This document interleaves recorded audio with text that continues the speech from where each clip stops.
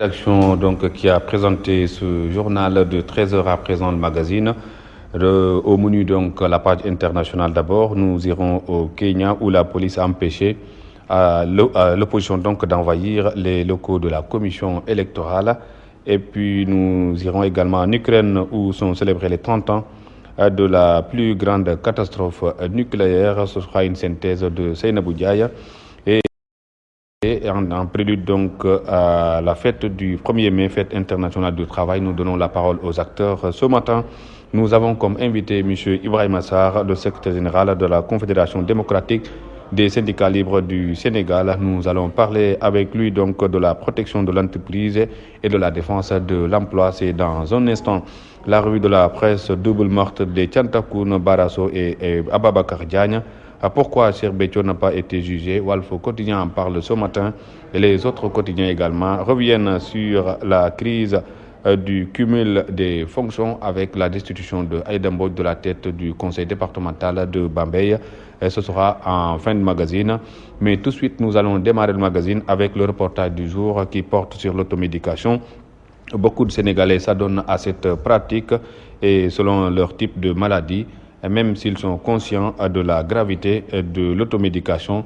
D'autres, par contre, préfèrent soigner le palu par les plantes traditionnelles. Le prétexte était donc la journée mondiale du paludisme célébrée hier.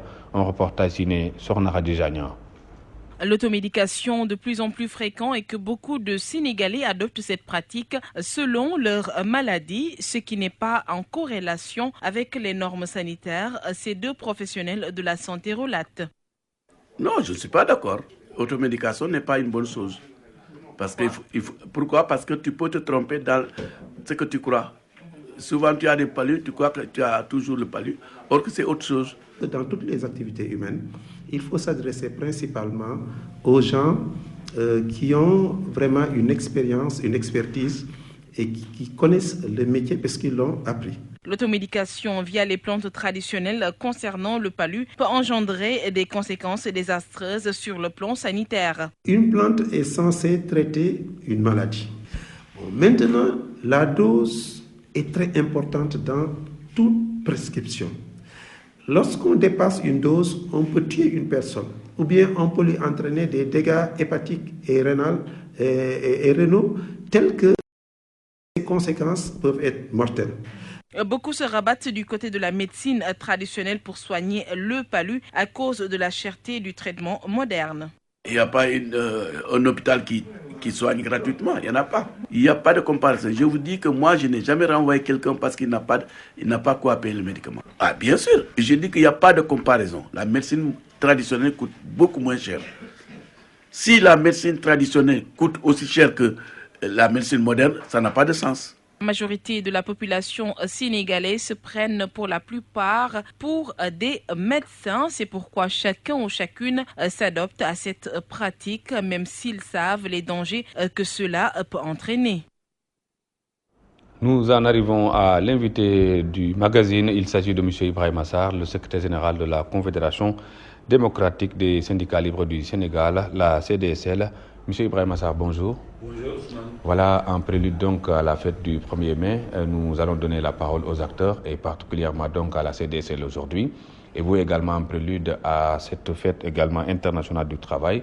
Vous avez également un plan d'action pour sensibiliser, mais également revenir sur la lutte pour la protection de l'entreprise et également la défense de l'emploi. Quand on parle de la protection de l'entreprise et la défense de l'emploi, ça renvoie à quoi concrètement pour le syndicat? Je vous remercie, Ousmane. Permettez-moi d'abord de saluer l'ensemble des téléspectateurs de Walf Télévision et l'ensemble des camarades travailleurs qui aujourd'hui sont en train de préparer cette fête internationale du travail. Nous avons, nous, au niveau de la Confédération démocratique des syndicats libres du Sénégal, choisi cette année comme thème la protection de l'entreprise et la défense de l'emploi. Parce que, comme on le dit en Wolof, il n'y a pas de travailleurs, il n'y a pas de patron, il n'y a pas de syndicat sans entreprise d'abord. C'est un outil de travail précieux qu'il faut préserver, qu'il faut protéger. Et quand on sait qu'aujourd'hui, beaucoup d'entreprises sont en difficulté, il y a une cascade de fermeture d'entreprises, qui ne se sont pas relevés. Et quand il y a fermeture d'entreprise, il y a sûrement perte d'emploi et chômage. C'est pourquoi nous avons mis ça en avant pour que, à partir de ce moment, que aussi bien le gouvernement que le patronat et les syndicats mettent en place une réelle politique de relance des entreprises en difficulté pour éviter qu'elles ferment et que les travailleurs perdent leurs emplois. Et ensuite, qui dit protection de l'entreprise, dit défense de l'emploi. Quand l'entreprise est là, l'emploi est préservé, non seulement préservé, mais ça permet aussi de continuer à investir au niveau de l'entreprise et à créer de nouveaux emplois. C'est pourquoi nous allons beaucoup nous appesantir sur cette situation, d'autant plus qu'on y arrivera tout à l'heure. Il y a encore des entreprises qui sont menacées dans leur existence à cause des difficultés qu'elles rencontrent et à cause quelquefois des lois qu'on vote qui vont à l'encontre même de la pérennité de ces dites entreprises. Récemment, je vous ai vu dans une tournée vers le nord. Vous étiez parti également protéger les travailleurs. Est-ce que cela ne veut pas dire aussi que parfois, il y a des secteurs qui sont oubliés dans cette lutte alors que la précarité aussi frappe à leur porte? Oui, bien sûr. Avant de revenir aux entreprises en difficulté, il faut dire que les secteurs aujourd'hui qui traversent des difficultés, dont les travailleurs traversent des difficultés, c'est particulièrement le secteur de l'agriculture, l'agroalimentaire. Comme vous le savez, il y a une ruée vers ce secteur. Et c'est un secteur qui, quand il est bien géré, et on investit dans ce secteur, ça génère beaucoup d'emplois, mais bien sûr, ça a un impact important économique et social dans le pays. Mais c'est très propice aussi à l'exploitation. Exactement. Mais on s'est rendu compte que dans ce secteur, c'est des travailleurs d'une catégorie vulnérable qui sont utilisés, particulièrement les jeunes et les femmes, qui sont soumis à des conditions difficiles de travail dans leur existence et qui n'ont pas de convention collective parce que jusqu'à l'heure où nous sommes, le secteur agricole est régi par un arrêté ministériel. Et cet arrêté n'est pas tous les temps révisé et donc c'est les salaires les plus bas au niveau de l'ensemble des secteurs. Et nous nous battons pour qu'on discute et qu'on adopte une nouvelle convention collective qui doit régir l'ensemble des travailleurs de ces secteurs. Les conditions sont difficiles, les conditions de sécurité, d'hygiène, les conditions précaires d'emploi. Ils sont particulièrement employés comme travailleurs journaliers, des travailleurs saisonniers dont le contrat ne dure que 2-3 mois. Le temps de travailler dur avec une vitesse inexplicable pour régler la production et la terminer, l'écouler à l'extérieur. Et tout le reste de l'année, ils sont au chômage. C'est pourquoi nous avons demandé et nous insistons pour que le gouvernement amène les partenaires sociaux à discuter, à négocier pour vraiment que cette convention collective de l'agroalimentaire voit le jour et que les travailleurs soient régis finalement, définitivement par une convention en lieu et place d'un arrêté ministériel. Parce qu'on a vu aussi que pour ce qui concerne ces entreprises, parce que le gouvernement avait déjà annoncé qu'on va observer des baisses sur les impôts au niveau des entreprises pour pouvoir créer des emplois, mais à défaut aussi, les entreprises sont obligées d'utiliser un personnel à bon marché. C'est ce qui signifie aussi cette précarité. Oui, bien sûr. Il y a eu trop de flexibilité ces temps-ci dans l'emploi. Le gouvernement a accordé bien sûr des facilités, mais ça n'a pas produit les résultats escomptés. Parce que nous avions pensé que si on allège certaines entreprises de certaines difficultés par une flexibilité, ça peut aider à générer des emplois et à les maintenir. Malheureusement, tel n'a pas été le cas. Pour revenir maintenant, vous me permettrez, sur le cas spécifique d'une des entreprises en fleuron de l'industrie sénégalaise, qui est la manufacture des tabacs de l'Ouest africain, qui aujourd'hui est menacée de fermeture à cause de la loi anti-tabac qu'on a votée. Et il faut être clair au départ que nous, syndicats, travailleurs, nous ne sommes pas contre la loi. On ne peut pas être contre une loi parce que nous sommes des républicains. La loi a été votée, mais c'est dans son application drastique que ça risque de produire des effets contraires. Parce que la loi elle est votée, on exige à ce que maintenant les fabricants de cigarettes mettent sur certains dessins, et ces dessins mis peuvent bien sûr détourner les gens de l'achat de ces paquets de cigarettes. Mais malheureusement, de l'autre côté, ça va permettre d'introduire de la fraude. Des paquets de cigarettes où il n'y a pas de dessin, qui vont venir de l'extérieur, qui vont envahir notre marché, et cela va annihiler l'effort de développement de l'entreprise, et ça va précariser davantage l'emploi, Et bien sûr, ça va se répercuter sur l'économie de notre pays. Donc vous, dans ce sens, vous prenez ça comme une demi-mesure qui ne doit pas s'appliquer seulement à une entreprise sénégalaise. Absolument. Nous pensons aussi qu'il faut voir dans la sous-région. Cette loi a été votée, par exemple, au Burkina Faso. Mais au moins de son application, c'est l'administration du travail elle-même qui s'est rendue compte que son application peut poser des problèmes et ça peut induire à des effets néfastes. Et là, l'administration du travail elle-même s'est dressée pour défendre l'entreprise, pour dire pour le moment, il faut surseoir au vote de la loi, continuer à mettre ce qu'on mettait sur les paquets de cigarettes, abus dangereux pour la santé, et diminuer ou même supprimer les publicités pour permettre à l'entreprise de survivre. Au Tchad, quand cela a été appliqué, et cela s'est répercuté sur la production au Sénégal, parce que c'est le Sénégal qui alimente ces entreprises en produits, et il y a eu une baisse de 50% sur les produits au Sénégal. Mais nous disons qu'il faut que le gouvernement regarde. La loi, elle est votée, elle va être promulguée, elle va être appliquée, mais dans son application, qu'on fasse de sorte que cela ne conduise pas à une situation dramatique pour les travailleurs et pour l'entreprise. Et dans ce sens aussi, je ne sais pas comment tenir la balance égale pour un produit qui est quand même jugé dangereux, tout le monde l'accepte, et que certains aussi dans un pays à moins de 30% d'alphabétisés, la lecture n'est pas facile. Est-ce que ces dessins aussi, on ne pouvait pas les accepter, voire des mesures d'accompagnement peut-être pour Oui, bien sûr. Nous avons dit que la loi elle est votée, il faut l'appliquer. Moi qui vous parle, qui a été député pendant plusieurs années, je sais qu'on légifère. Une loi, une fois votée, il faut l'appliquer. Mais dans l'application, il y a des mesures d'accompagnement. Il faut éviter que cette loi, une fois appliquée, puisse créer des difficultés à l'entreprise. Bon, les dessins, je ne demande pas à les revoir, mais ce que nous demandons, c'est qu'il y ait des mesures d'accompagnement pour au moins que les travailleurs aujourd'hui de la M3 qui sont dans l'inquiétude de perdre leurs emplois, et surtout quand on sait que cette entreprise a été créée en 1951. De 1951 à nos jours, elle a à son actif beaucoup de réalisations.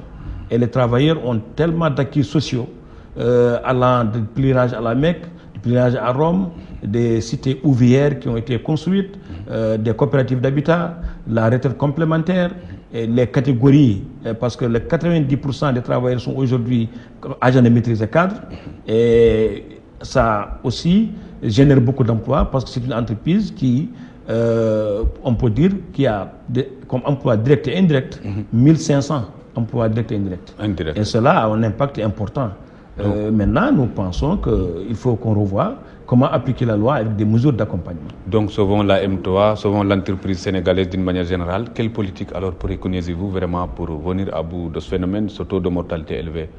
Oui, moi je pense qu'il faudrait bien sûr protéger la jeunesse, protéger la santé des travailleurs, faire de sorte que les acteurs se mettent autour d'une table pour voir comment amoindrir les risques.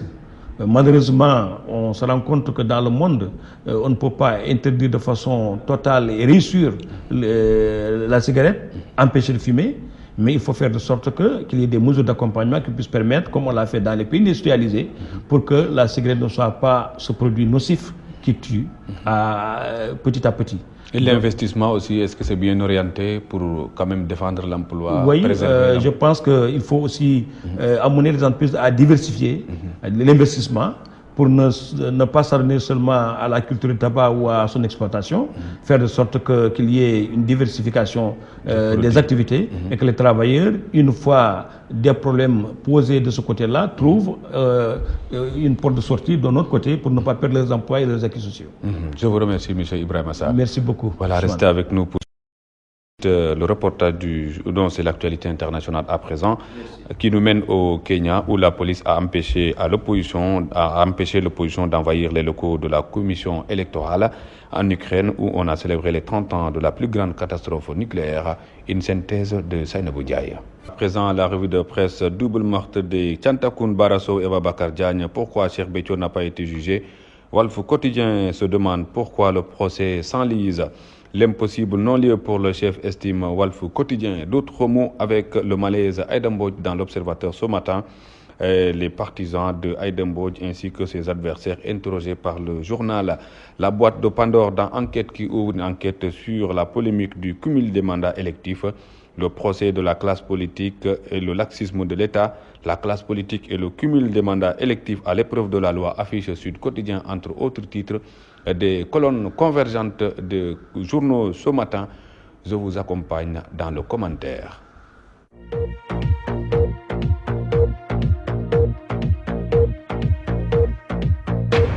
Bonjour, double meurtre de Thiantakoun, Barassov et Babacar Diagne. Pourquoi Cheikh Béthio n'a pas été jugé? Walf Quotidien se demande pourquoi le procès s'enlise. Un dossier classé, s'interroge encore mon confrère qui revient sur le jugement tardif des 10 accusés. Des co-accusés de Cheikh en détention préventive depuis 4 ans. L'impossible non-lieu pour le Cheikh, estime encore Walf Quotidien qui revient sur les péripéties d'un dossier 1000 remous. D'autres remous avec le malaise Aïda Mbodj dans l'Observateur. Les partisans d'Aïda Mbodj dans le journal déclarent qu'ils veulent placer l'institution sous délégation spéciale. Réponse des adversaires, ses conseillers et elles-mêmes ne travaillent pas pour les populations. Le frère de Aïda Mbodj accusé de menace de mort par la dénonciation.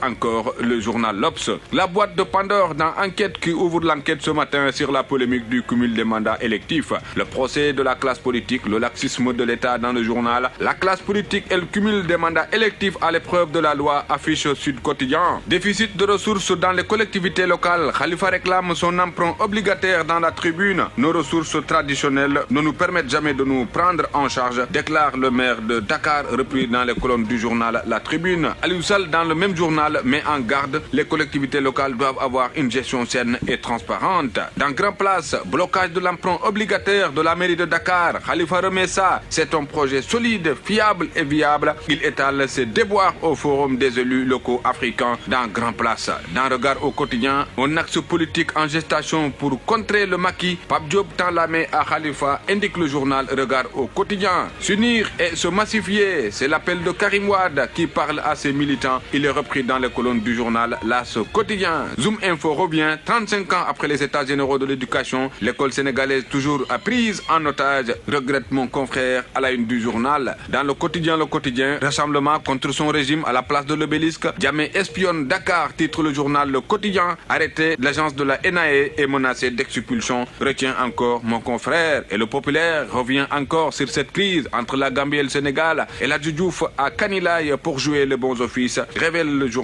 L'ancien capitaine des Lions, reçu dimanche par Diamé dans son fief. Ce que Diamé lui a dit, il l'a dit au journal Le Populaire. Réumi Quotidien, des derniers jours de la vie de Mohamed. Et la Ouardi réagit à la censure de son livre par le Sénégal dans Réumi Quotidien. Ce n'est pas en cassant le thermomètre qu'on fait disparaître la fièvre, déclare-t-elle. Dans Direct Info, la santé maternelle dans le coma à Le Dantec. La maternité en réflexion depuis plus de 10 ans, rapporte le journal Direct Info. Et Daoucho, le biétiste du journal, d'ajouter que l'hôpital Le Dantec est en état d'urgence. La maternité est fermée depuis plus de 10 ans, sans compter d'autres structures qui sont sous perfusion. Il urge de soigner ce grand malade qui se tord de douleur dans tous les sens. Le ministre de la Santé est Ava Marie Kolsek prouvera la panacée pour relever la santé maternelle dans un coma profond à Le Dantec, conclut le biétiste Daoucho dans Direct Info. Autre information sur la santé dans Libération, affaire des faux diplômes de la clinique du Cap, révélation sur un naufrage collectif, affiche le journal ce matin. Dans Le Soleil, classement Doing Business 2017, le Sénégal s'attend à une amélioration de son rang, possibilité de créer une entreprise en 6 heures, le paiement des taxes et impôts encadrés et simplifiés pour l'électricité, réduction des délais de raccordement. Dans le quotidien national, dans Stade, le quotidien du sport, Ligue des champions, demi-finale à 18h45, City défie le Real, à ne pas rater dans les colonnes de Stade. Dans Sunulamb, la lutte chez elle à la une du journal. Morfadam décortique les chocs de fin de saison entre l'Acte 2 et Yekini, tout est possible. L'Acte 2 doit être agressif, Yekini devra utiliser son intelligence pour battre l'Acte 2. Modlo Gris va se jouer dans la tête, Sathies est favori, mais Site peut créer la surprise. Les acteurs donnent des raisons également sur une éventuelle saison blanche de Bombardier. À lire dans Sunulamb. Bonne lecture à tous.